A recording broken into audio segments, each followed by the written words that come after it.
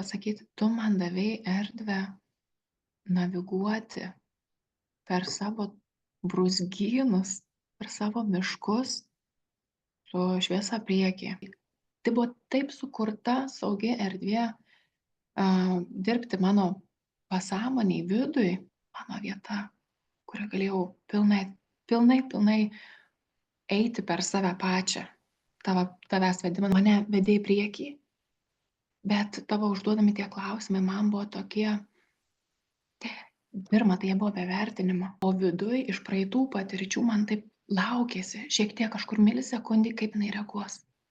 Nes tai, ką aš pasidalinau, tai buvo taip man pačiai kaip žmogui ir liūdna apie tai, ir gėdinga apie tai, ir skaudu apie tai, bet ir iš tavęs jokio vertinimo.